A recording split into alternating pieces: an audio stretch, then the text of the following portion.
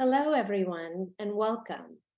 We honor Veterans Day with this special presentation, The Life of a Navajo Code Talker, Carl Gorman and the First 29, with our guest, Zonnie Gorman.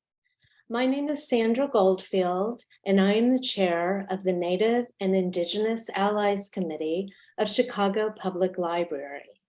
I am here today with Adam Foreman, Associate Director of Education with the Pritzker Military Museum and Library. CPL is delighted to co-host this event with the Pritzker Museum and thanks Adam and the museum for hosting on their site. Chicago is located on the traditional homelands of the Council of the Three Fires, the Ojibwe, Ottawa, and Potawatomi nations. Many other tribes, such as the Miami, Ho-Chunk, Menominee, Sac, and Fox, also called this area home. The region has long been a center for Indigenous people to gather, trade, and maintain kinship ties. Today, one of the largest urban American Indian communities in the United States resides here in Chicago. Members of this community continue to contribute to the life of this city and to celebrate their heritage, practice traditions, and care for the land and waterways.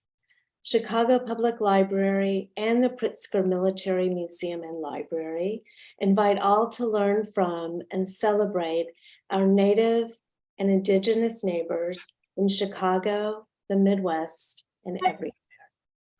And now I'd like to introduce Zonnie Gorman.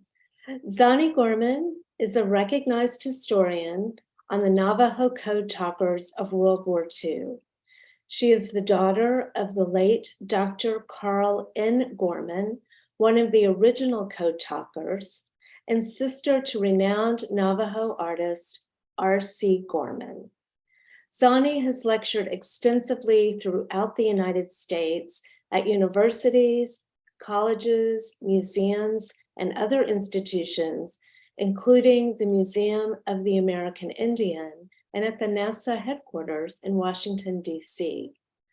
Zonnie has appeared in several documentaries, including the History Channel's In Search of History, Navajo Code Talkers, the NGM DVD release of Wind Talkers, and the PBS documentary Through Whispers. Zonnie earned her MA in history from the University of New Mexico, and her thesis, The Navajo Code Talkers of World War II, the First 29, included interviews with several of the original Navajo Code Talkers. She's now working on her PhD. Zonnie is a current member of the Native American and Indigenous Studies Association, American Historical Association, the Organization of American Historians, the Western History Association, the Society for Military History, and the Navajo Studies Conference. Zonnie, thank you so much for being here with us today. Well, thank you so much for having me. I totally appreciate it. And Sandra and Adam, thank you for all the work that you did to make this happen. I'd like to thank the Pritzker Military Museum and Library and the Chicago Public Library for making this presentation available to everyone. As I was just introduced, I am the daughter of a Navajo Code Talker, Carl Gorman, and you can see his photograph here. This photograph was actually taken on Saipan at an observation point in 1944, overlooking the city of Garapan in Saipan. My father was a member of the original group of Navajo Code Talkers, and what I mean by the original group is that they were the pilot group that was recruited in 1942 to basically prove that it was going to be viable to utilize Navajo as a code. So I grew up with this story. I don't know how many of you out there may have perhaps be only children or like myself, a late baby. So it was kind of like you were an only child. But if you have that experience, you know what I mean when I say that you get dragged to everything that your parents go to. And fortunately, I got dragged to some really amazing events. I got dragged to a lot of Navajo Code Talker meetings in the early 1970s when they first formed their Navajo Code Talker Association. I got volunteered to carry the banner in a lot of the parades that they participated in over the years. So, and I also love history. So the story just seeped into my bones, and it's been a lifelong journey for me, researching particularly this original group of Code Talkers, the pilot group. So I'm going to be sharing with you the story of both my father as well as this group, and share a little bit about the great, wonderful code that they created that really set the program in motion. Okay. So before we really get started here, I'd like to kind of situate where the Navajo Nation is located, and of course, where these men came from and come from.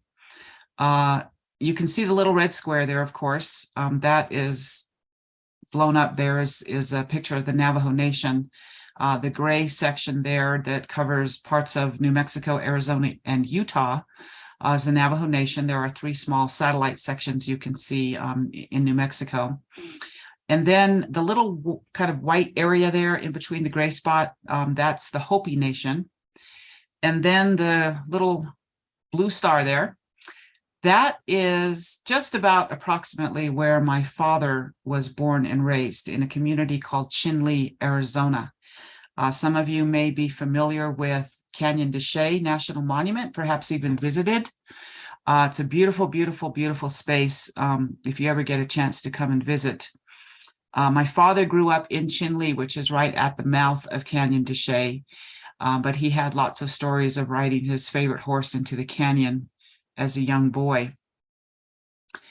The canyon is well known for a lot of Anasazi ruins. You can see ruins there at the base of the cliff, and then natural spaces.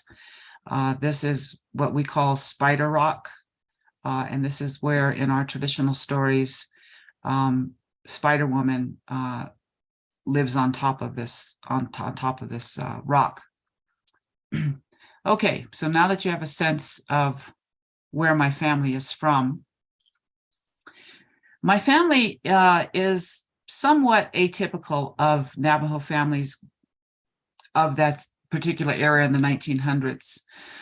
This is a photograph of my grandmother, Alice Peshlakai Gorman, and her oldest daughter, Mary, and the little boy on her lap is my father, Carl. My grandmother both my grandmother and my grandfather were some of the early Navajos that were taken off to boarding schools in the 1880s. My grandmother in particular went to a school in Grand Junction, Colorado, a boarding school, and she fell in love with music while she was there. She was also converted to Presbyterianism. And when she returned to the Navajo Nation, her family donated a large section of land to build a church. And she also translated over 30 hymns into the Navajo language. And you can see here one of the hymns that she translated with her name in the top left corner there. She translated over 30 hymns, and many of these songs are still sung across the reservation today. Now, when she graduated around the turn of the century, she came home and she met a man by the name of Nelson Gorman. And he too had been an early boarding school attendee. And he was taken as a young boy to Santa Fe Indian School in New Mexico. So he was bilingual, which was not really common at that time. This again is around the 1900s. So he was working and had been hired and working as an interpreter for the Fort Defiance Agency for the federal government at the time. And Alice and Nelson met and fell in love and married in 1903. Now, my grandfather was also an entrepreneur, which was also very rare at the time. But he opened actually 3 different trading posts at one time. He was one of the early Navajos to open a trading post on the reservation. Most of the traders at that time were white people that had moved on to into our country. But he opened a trading post, and his most famous one was right at the mouth of Canyon de Chelly. And this is a photograph of that trading post. So Alice and Mary had 5 children in total. They had 3 boys and 2 girls. The oldest, going back to that first picture, was Mary. And then there was another little baby who was the last of the bunch. Her name was Amy. And then there were 3 boys in the middle. These are 2 of the boys and their cousin in this particular photograph. But I want to tell you about the 3 boys first. So my father was the oldest boy, and then there was Wallace, and then there was another young boy named Steve. The 2 girls, when Mary was about 18 years old and Amy was about 6 months, the flu epidemic of 1918 hit. And both of those girls died during that pandemic, and only the 3 boys survived. So on the Navajo Nation at this time, as I said, my grandparents were some of the first Navajos to be taken away to boarding school. And there was a policy in the federal government that Indian children had to go to school. And of course, there were no schools on the reservation, so they would often come out, round up these children, and take them by force to many of the federal Indian boarding schools. Some of the kids were taken or sent by their parents or went willingly, but this was not really the occasion. What often happened was that these children were forced to go to boarding schools. But my father, because his parents had been educated, they felt pretty good about sending their kids to a school. And they sent my father and his brother Wallace to a mission school just outside of Gallup, New Mexico, called Rehoboth. And you can see a picture here of my dad. He's right there in the middle. He was about 10 years old at this time. And his brother Wallace is the smaller of the 2 boys. If you're looking at the photo, it's to your right. And then the other young boy is his cousin, Frank. You can see that they're wearing military-style uniforms. This was very common during this particular time, whether you were in a mission school or whether you were in a federal boarding school, to wear uniforms. And the policies of the schools followed very much kind of a military life. The children would wake up to revelry oftentimes. They would be marched back and forth to school or to the dining room. They would have structured calisthenics that they would do. And they were not permitted to speak their native languages. They were punished. And my father, while he was a student here, was punished quite severely. And again, this was in the early 1900s. My father was kind of a rebel at the time. He liked to do things that he probably shouldn't do, and he would often get in trouble. And one of them was speaking Navajo. And what they would do is they would give them demerits. And my dad racked up a number of demerits that got him in trouble. And he was placed in the basement that was under the church at the school. And he said that they fed him bread and water for 3 days. And so he decided he was going to run away when he got out of there. So he talked his brother, or his cousin, actually, he talked Frank into going with him. They were about the same age. And when they ran away, it was in October, and it was cold. And they lived a good 140 miles away from where they were running away from. And it took them about 3 days to get home. And halfway through, they noticed that someone was following them, and their little brother Wallace had followed them. But this was very common. Children would often run away from these boarding schools, and sometimes they would send out police officers to round these kids up and take them back to school. So that was my father's early experience in the boarding schools.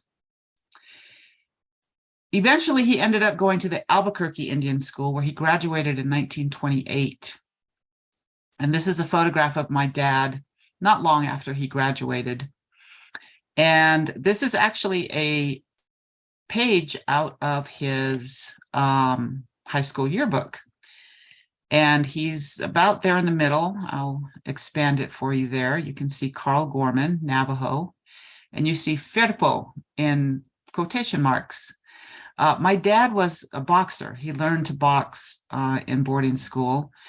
In many instances, particularly boys were encouraged very strongly to play all kinds of sports, boxing, basketball, football in particular. And my father was very much involved in a lot of that. He was a boxer. Now, Firpo, I've done a little bit of research. There's actually two different boxers, so I'm not quite sure, but they called him Navajo Firpo. So he must have been a pretty good boxer. He was also on the football team. And amazingly, there are some photographs of his football team here, and he's actually in all of those photographs. It's kind of hard to point out which ones are him, but let's see. The one of the boys sitting on the stairs of the gazebo there, this was located on the Albuquerque Indian School campus. You can see on the very top row, the man in the middle with a suit on is their coach. And as you're looking at that photograph, my father is to the right of the coach. Okay, so my father graduated from the Albuquerque Indian School in 1928. These federal boarding schools were geared toward teaching both boys and girls industrial education, not so much an academic education. And they did have some academics, but when they graduated, they weren't necessarily given what we expect today, a high school diploma. They were given a certificate, and my father's certificate was in farming. And he said that he was so disgusted with that, he tore it up and was really upset that he didn't get a high school diploma. After he left high school, he went back home. He eventually got a job working for the federal government as an interpreter. And that's what he was doing just before World War II broke out. My father, of course, was bilingual. And the job that he had as an interpreter was right previous to the war. And when Pearl Harbor was bombed on December 7th, 1941, the federal government immediately laid off a lot of their employees on the Navajo reservation.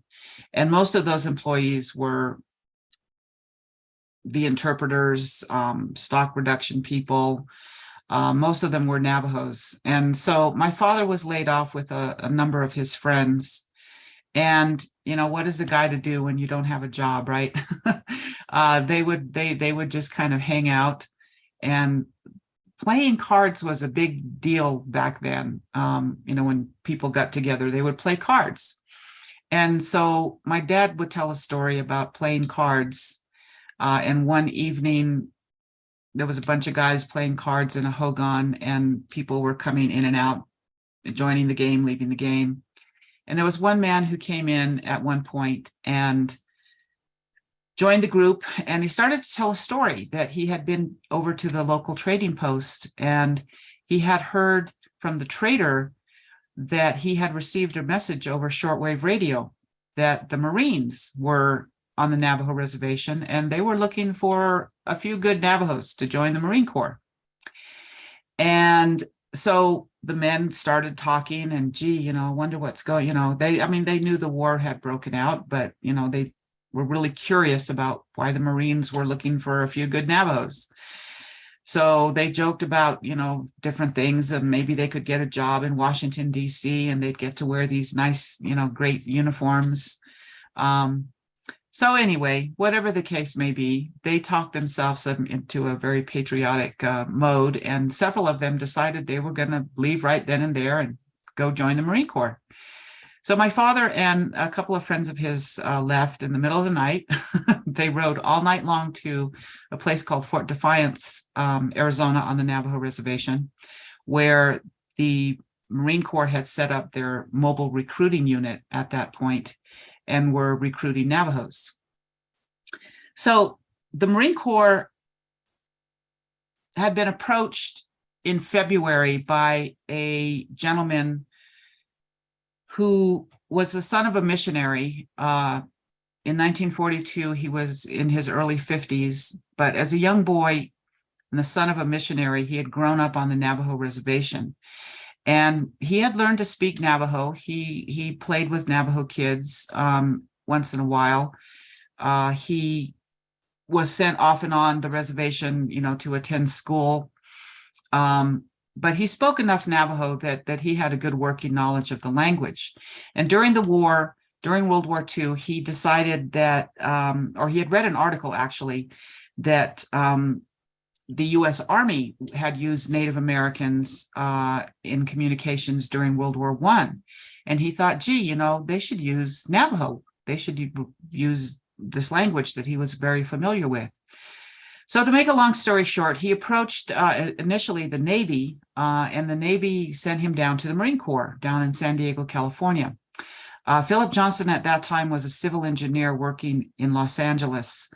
And so it was pretty easy for him to visit these places. So he goes on down to the Marine base in February of 1942. He presents this idea. He brings some Navajos to base. They do a demonstration.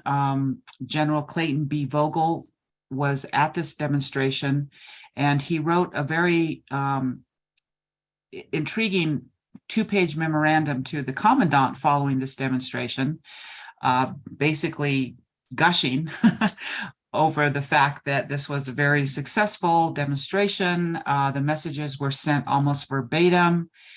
And he was just really, really intrigued with the fact that the Navajos were able to translate these messages back and forth very quickly. So at the very end of this memorandum, General Clayton B. Vogel suggested to the commandant, or recommended to the commandant, that 200 Navajos should immediately be recruited for this program.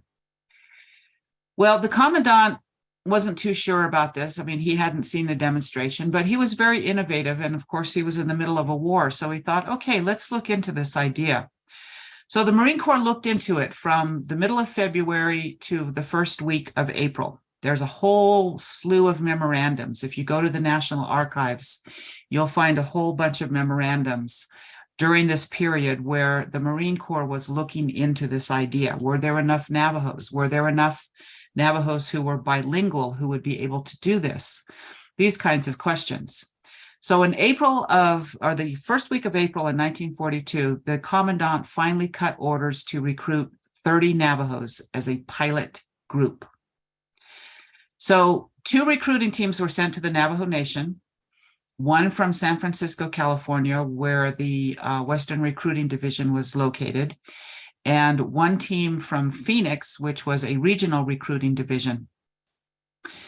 So these 2 teams came up to the reservation in April. One team focused their attention on the boarding schools, and they visited 3 of the largest boarding schools on the Navajo Reservation at that time, which included Fort Wingate, just outside of Gallup, New Mexico, on the very edge of the southern part of the reservation. And then Shiprock, which was located in the northern part of the reservation in New Mexico. And then over into Arizona, they went to a place called Tuba City. And there was a large boarding school located there. The other team focused their attention on recruiting men who were older and working for the federal government, like my dad. So this first group of men that were recruited, you can see a photograph here. This is actually one of those very small little tiny brownie photographs that were very popular at the time. You can see some damage on the top of this photograph up on the very top. It's kind of crinkled. My father had this photo expanded, enlarged, and as you can see at one point, my father and somebody or a couple men, I don't know exactly who, this was way before I was an adult, so I don't know exactly when this happened, but they were trying to identify these men way back when. There are actually a few of these men that are misidentified. But this group was the original group that was recruited as the pilot. Now, there were supposed to be 30 of them, and there were actually only 29 that showed up. So they became known as the first 29. And this photograph was actually taken by a family member of one of these men. The photo was eventually given to my dad at some point. And there are only 25 and a half. You can see one man there, unfortunately, is kind of cut in half in that photograph. But the federal government had an official photographer, and they happened to send this official photographer to Fort Wingate on May 4th, 1942, which is the day that the Marine Corps brought all of these men together to swear them into the Marine Corps and send them off to San Diego for boot camp training. So let me show you some of these photographs. Fortunately, the photographer actually caught a photograph of the first 29 being sworn into the Marine Corps on May 4th, 1942. You can see a couple of Marines. You can see a Navy doctor there. The major who is swearing them into the Marine Corps, his name was Major Frank Shannon, and he was the NCO in charge of recruiting out of Phoenix, Arizona. Fort Wingate at that time it had originally been an Army fort, and then it was converted in the 1920s into a federal boarding school. And as a boarding school, they obviously had a dining hall. And so these men were able to get a meal before they were put on the bus and sent to California.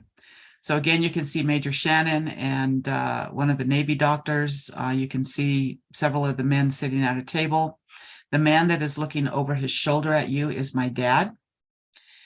And I'd like to point out, as you're looking at the photograph to the right, there's a man, or he looks like a young boy, kind of to the side there. His name is Wilsey Bitsy, and he was one of two young men who were in this group that were actually underage. They were just shy of 16 when they entered into this program.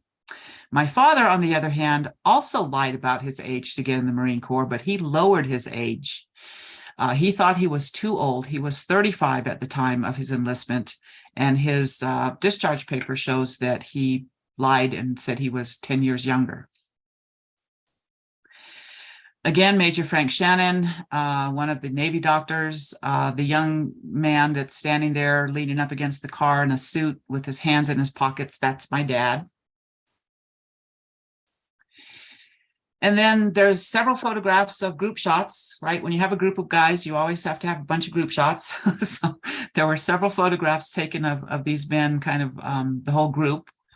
But notice behind them that there's a very large building, two-story building. That was actually the barracks to the Army when Fort Wingate was an Army depot. And when it was converted into a boarding school, this building and another one very similar to it were converted into dormitories. This particular one was the boys' dormitory. You'll notice right behind the men, there's a Greyhound bus.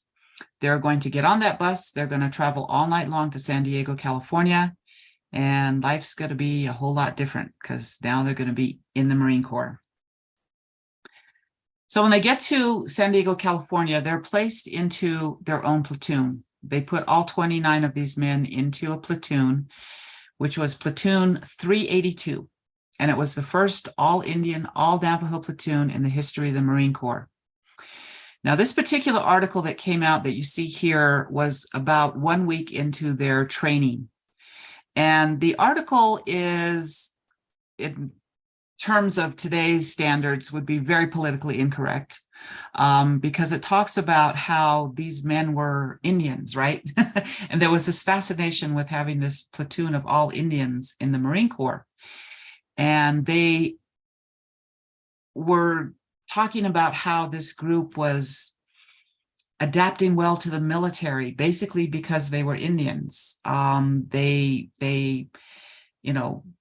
were well disciplined because they were Indians. Everything was great about them because they were Indians. And in fact, there's one quote in here that kind of makes me chuckle a little bit. As I said, there was stereotypical assumptions about Indian prowess in this article. And this particular quote here is in this article. They call them magnificent specimens of original American manhood. So that gives you an idea of when they first get into boot camp and kind of this fascination with them. Of course, there was nothing in this article about why they were there. That was secret, but the article does give us a good idea of how they were doing the first week in boot camp. Well, 7 weeks of boot camp, and now all of a sudden at the end, they're graduating. They are now, you'll notice, the famed platoon of Navajo Indians. And this article is very different because this article is based on what they actually did. There's a couple of things I'd like to point out in this article. Number one, they received the highest score on the rifle range of any platoon to date going through this boot camp. It also mentions a couple of individual citations that were given to a few of the men, and it points out that all 29 of them graduated. And this was pretty amazing because even to this day, I've talked to recruiters that have told me that normally there's about a 10% dropout rate in boot camp. And so it was pretty intriguing that all 29 of them actually graduated. And then, of course, this is their platoon photograph.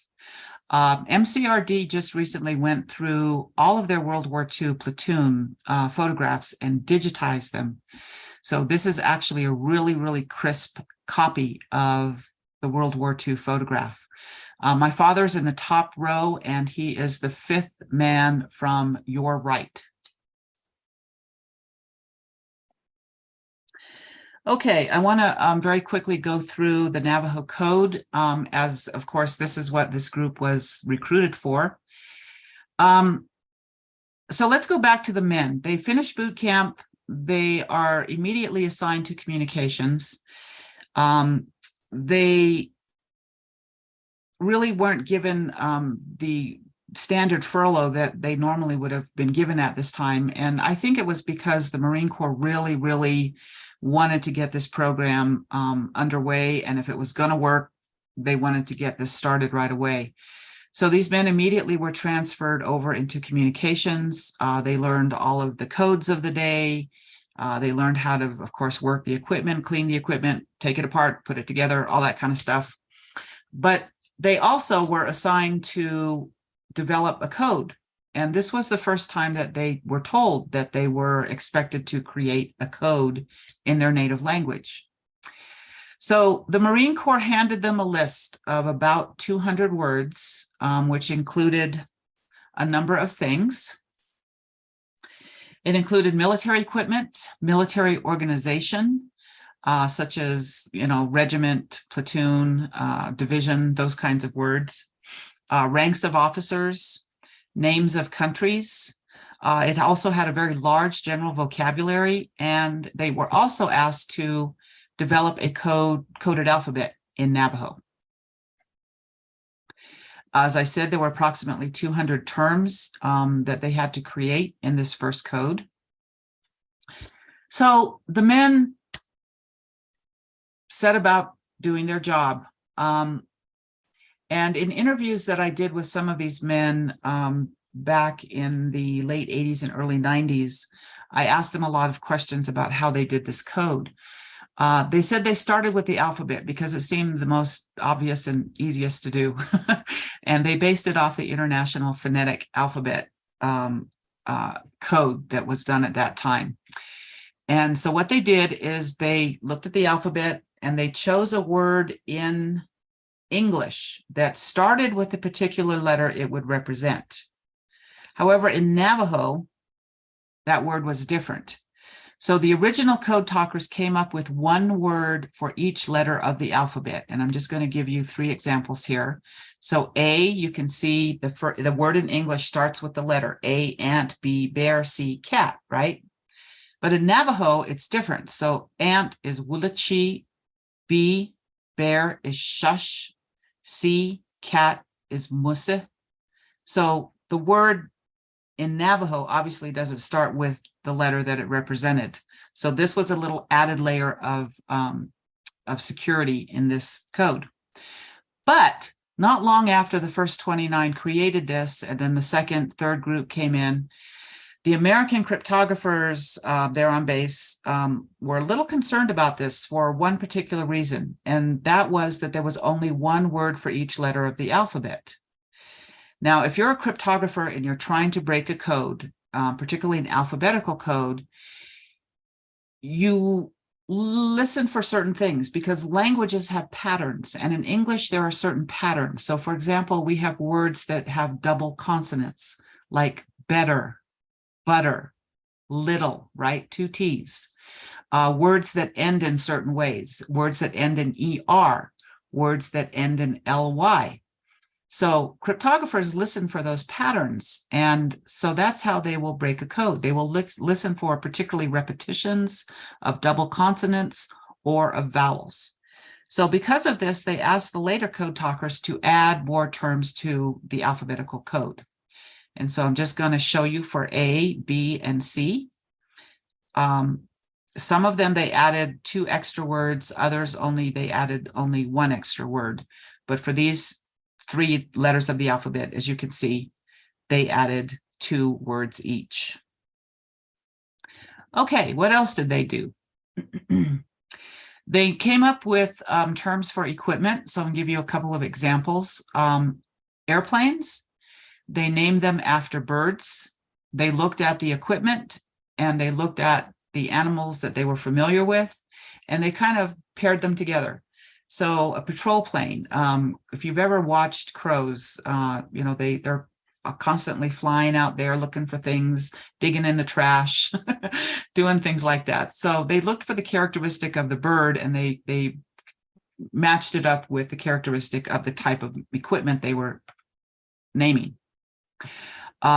And then in some cases, they just made up new words, which was very common among Navajos. So for submarine, they called it an iron fish, or beshlo. They came up with ranks of officers. And in this case, pretty simple to understand what they did. They looked at, of course, their ranking on their shoulders and lapels. And that's how they came up with the various ranks. For military organization, they chose to use names of Navajo clans. And this is just a couple of examples. Division was Ashihi, or the Salt Clan, and regiment was Tabaha, or Edgewater Clan. They came up with names of countries. And in this case, they came up, developed just names or terms that could be used. So for the United States or America, they named it Nihima, or our mother.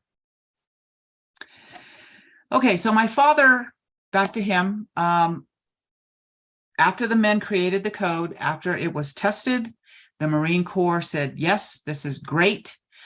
They started to actively recruit more Navajos into the program. They were eventually to have about 400 Navajos that would serve as Navajo Code Talkers in the Pacific campaigns. The original group that my father was with, when they finished the code and were sent overseas, they were put into the 1st or 2nd Marine Division. My father was put into the 2nd Marine Division, and he fought in Guadalcanal, Tarawa, Tinian, and Saipan. These are a couple of pictures that actually my father are in. This was right after the Battle of Tarawa. He's standing just about in the middle with the helmet on, kind of a little crooked, and his shirt open in the back row. My father again on Saipan. Again on Saipan, my dad is to your right, Jack Nez in the middle with a cigarette in his mouth. and Oscar Ithma on the left. These are all three men who were with that original group. My father, after World War II, came back. He spent a year in a facility up in Klamath Falls, Oregon, that was a rehabilitation center. He was suffering from PTSD. So he spent a year there. And when he was discharged, he stayed in California and he decided to study art. So he went to Otis Art Institute. His prolific period of painting was during the 1950s and early 60s, but he remained an artist throughout his life. These are just a couple of images of some of his artwork. My father grew up, remember I mentioned he used to ride his favorite horse into the canyon. He loved horses, so that was a very prominent theme in many of his works. My father also designed the logo for the Navajo Code Talkers Association, and these are a couple of early renditions that he was playing with when he designed this in the early 1970s.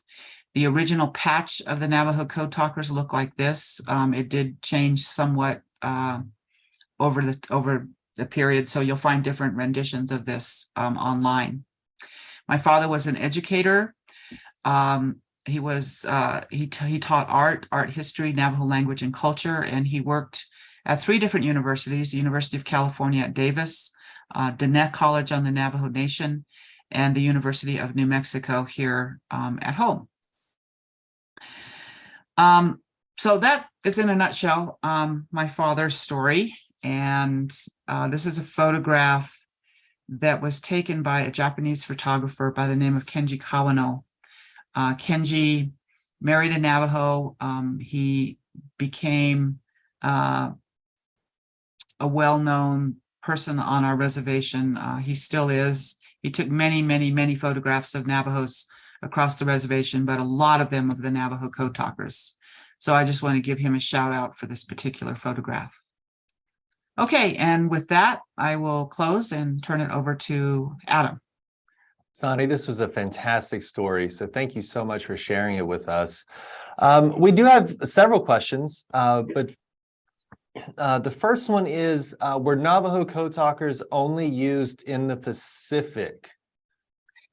Yes. The Navajo Code Talkers specifically were only used, they were only in the Marine Corps, and they were only used in the Pacific. Now, the U.S. Army did use Native Americans as early as World War I, and they continued it and expanded it to some extent in World War II. The Army's theater basically was more in Europe. They did have some Army in the Pacific, and they did use Indians in both places. There's a professor by the name of William Meadows from Missouri State University, who's written several articles, a couple of books about the Army Navajo, or the Army Code Talkers, not Navajos, but the Army Talkers. And he's identified about 20 plus Native American tribes that were used by the U.S. Army. With that said, it was a totally different kind of program. They were usually small groups of men from one particular tribe that were in a particular unit. And so, with only a small group, you can only, utilize it so much. The Marine Corps, on the other hand, devised a very intricate program where they had over 400 men that were not a unit, but rather they scattered them throughout all 6 Marine divisions at every level of communications, and it allowed them to communicate interdivisionally and to coordinate networks, particularly for landings and things like that. So it was used very, very differently. But yes, the Navajo Code Talkers were only in the Pacific. Here's another question that we have. Were Carl's 2 brothers also, did they also join the Marine Corps? No. I never knew Wallace, so I really don't know what happened to him, actually. He moved to California way before I was born, and I really don't know much of his life. And my uncle Steve, I think he was in the Army. I think he did go into the Army. He died back in the 70s, so I was a young kid at the time. So I really don't know that much about his life either, but I'm pretty sure he went into the Army. There's another question. Can you describe the medal and its significance that's on your background? The medal. Oh, yes. This medal behind me is one side of it, but this was the first medal that was given in recognition of Navajo Code Talkers in 1969 by the 4th Marine Division Association. In 1969, it was their 22nd annual reunion. It was in Chicago. They were actually recognizing Native Americans that served in the 4th Marine Division, and they struck these bronze medals. On the other side, it has the 4th Marine Division logo on it.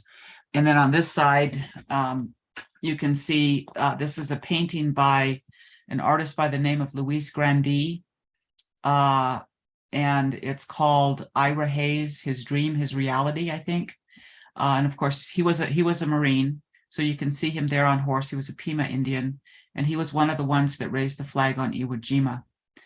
The Navajo Code Talkers that were in the 4th Marine Division received this medal, and then they chose a man from each of the other 5 divisions. My father was the one that represented the 2nd Marine Division, so that's why he got a medal. It looks like we have just one more question. Let's see. Is there a timeline for the Code Talker Museum that broke ground earlier this year? So if you're familiar with that, maybe describe a little bit about what the Code Talker Museum will be, and then maybe answer. Well, that's a good question. There's been a couple of different groundbreakings over the years. And so quite honestly, I'm not holding my breath. We'll see. It's also become, and is fast becoming even more so, highly politicized.